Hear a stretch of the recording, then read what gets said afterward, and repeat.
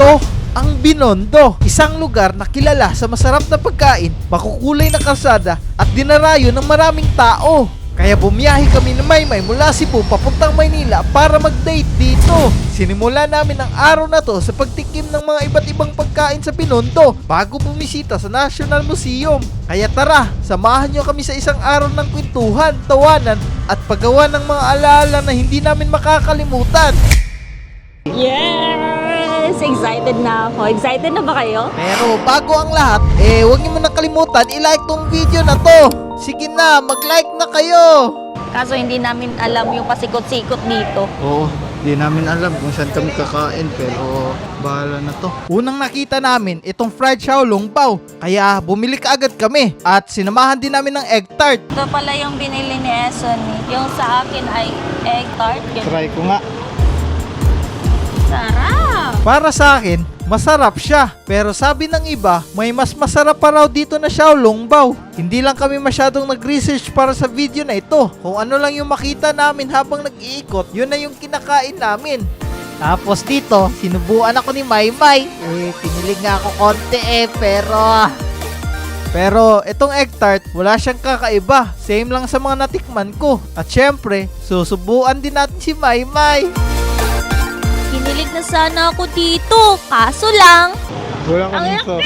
ito naman si kuya niyo, sinubo lahat. Akala niya siguro same kami ng bibig. Nakakainis tuloy. Ang init pa dito, pero okay lang yan.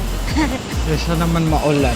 Kaya nga. Sa mga oras na yan, hindi talaga namin alam kung saan kami susunod pupunta. Kaya nag-search muna ako sa TikTok kung ang susunod naming titikman. Pupuntahan na namin yung nahanap ni Eson ni nakainan. Mga ilang minutes ba? 100 minutes.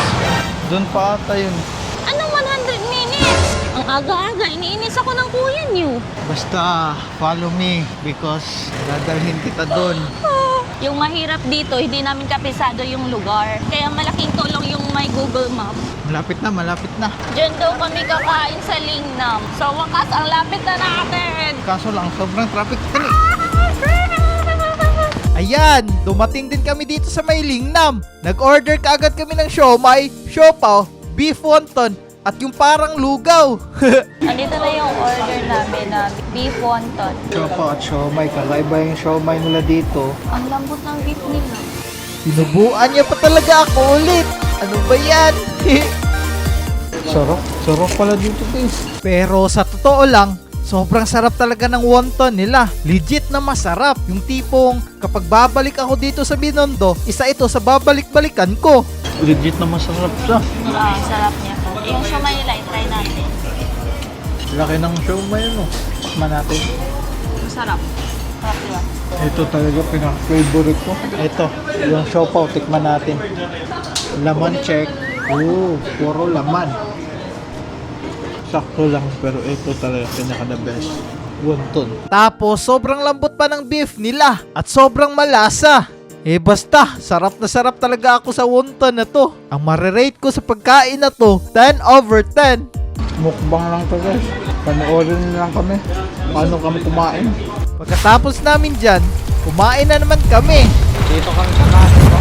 Fried siopaw. Masarap daw dito. Sabi niya. Aray ko, ang init.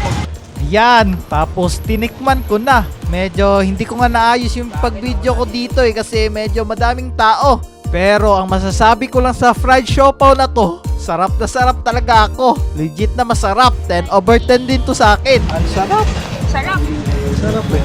Kahit busog ako sa wonton, naubos ko pa rin yung fried siopaw. Dito naman. Dito na kagad kami sa Milky Bicho. Nag-order na kagad kami para matikman to. Sinubo ko na kagad ito kahit mapulbo-pulbo. Punong-puno pa yung bibig ni Isone oh. Tapos si Maymay naman. Maymay, ano bang marirate mo sa pagkain na to? 10 out of 10 yan. Ang sarap. Sa akin, 7 over 10 lang kasi hindi kasi ako masyadong mahilig sa mga gantong pagkain eh. The best. Yung alin? Dito, sa Binondo. Bakit? Ba't kung nasabing the best? Kasi ang daming masasarap na pagkain. At ayan, nakita din namin tong sikat na sugarcane juice. Kaya bumili na kaagad kami. Unang tikim ko, masarap siya. Pero katagalan, sobrang tamis niya. Yan nga. Ano? Ang tamis, sugar cane talaga. Baka di yan pure ha. Para pure naman ano. Tapos, bumili na rin kami ng mga pasalubong para matikban din ni Ate Lily yung mga hopya dito sa Binondo. Ito na. Dami. Naglalakad-lakad lang kami dyan. At pagkatapos, pumunta na kami sa National Museum. Unang bumungad sa amin, itong Spolarium. Sobrang laki pala talaga nito sa personal. At sobrang ganda. Bawal pala magingay dito, kaya medyo mahina lang yung mga boses namin dito. Aso, tayo ng dalaw. Baka may multo dito. Lagot yung anak niyo, eh. Libre lang pala dito. Wala kang babayaran sa entrance. ID lang. ID lang, oo. Di namin alam kung anong mangyayari sa vlog na to. Mabubuo kaya to. Bawal ka kasi dito mag-ingay. It's so quiet. Oo, ito yung pinakalumang altar. Talaga? Feeling ko lang, altar siya eh. Diba, ito yung mga design ng mga simbahan. Tapos, naglakad-lakad lang kami. At tinignan lang namin itong mga lumang painting na to. At meron din kaming nakitang sculpture dito.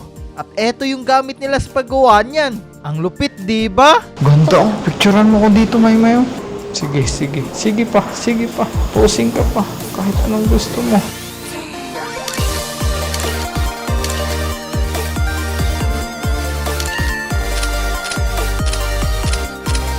Tignan niyo guys. Tignan niyo. Tignan niyo. Oh, ingay ni Maymay. Nalang, kunin ko na lang yung chinelas Ay, ko. dali na. Alo, ano ba yan? Kunin ko na lang. Hinubad niya guys, para hindi maingay. Ganda dito. Anong lugar ba to guys? Comment nga kayo. Hindi kasi kami familiar sa lugar na to eh. Taga Cebu kasi kami eh. Andun pala si Lapu-Lapu eh. Saan? Andun. Lapu-Lapu ba yan? Malaki. Tapos andun si Jose Rizal. Nag-enjoy ka pa, Maymay? Ako sobra kasi kasama kita. Sobrang init. 2:12 na. Alas 2 na ng hapon. Tapos, pupunta kami doon. Pupunta kami dito sa Natural History para makita namin si Lolong, yung pinakamalaking buhaya na nahuli sa buong mundo. Grabe, kakaiba yung design dito. Parang nasa ibang bansa kami. So, ngayon, hahanapin namin si Lolong. Yes, yung pinakamalaking buhaya na nahuli sa buong mundo. Eh, dito kami dadaan sa tarampahan nila. Wala, artista yan eh. Artista yan eh. Pinagtiritripan mo naman ako. Si Sony yan. Bawal mag-ingay dito eh. Ito oh, si Maymay oh. May mayin kita eh. Aray mo, pakak. Kaya malaki yung uso nila kasi yan yung ginagamit nilang pagkuha ng fish. Okay. Eh, ba't yung sa'yo? Malaki yung oso. Joke lang. Joke lang. Ganon. Joke Ginigigan lang. talaga ko ng kuya nyo. Joke lang, aray ko. Grabe, parang totoo Parang- talaga oh. Kaya nga. Tingnan mo. Ito ba yung itlog ng pawikan? Oo. Ha? Ganto ba karami talaga yung mga itlog ng pawikan? Oo, sobrang dami. At ayan, meron kaming nakitang parang submarine dyan. At eto din oh, parang totoong scuba diver talaga. Grabe, ang lupit. Diyan nag-camping si Maymay. Alam nyo ba guys, hindi pa ako nakakatry ng camping. Wala, kawawa. Ako rin. Si Elsa din nakatry na. Doon lang sa likod ng bahay namin yun. Mag-try tayo, ano ba? Kung gusto nyo kaming mag-camping ni Maymay, eh comment lang kayo. Kasi yan yung gagawin namin sa mga susunod na video. Philippine Eagle. Kasing laki ng mata mo. Ganon? Oo. Andito si Maymay guys. Uy, grabe ka na sa akin. Kakadami ka na. Kakadami na yung kuya niyo. Galit na galit. Joke-joke lang kasi yun eh. At eto oh, parang totoo talagang kuweba. Natakot pa nga dyan si Maymay eh. Tara na. At ayan, nakita din namin si Lolong. Grabe, ang laki pala nito sa personal. Nakakatakot siya tignan. Laki talaga.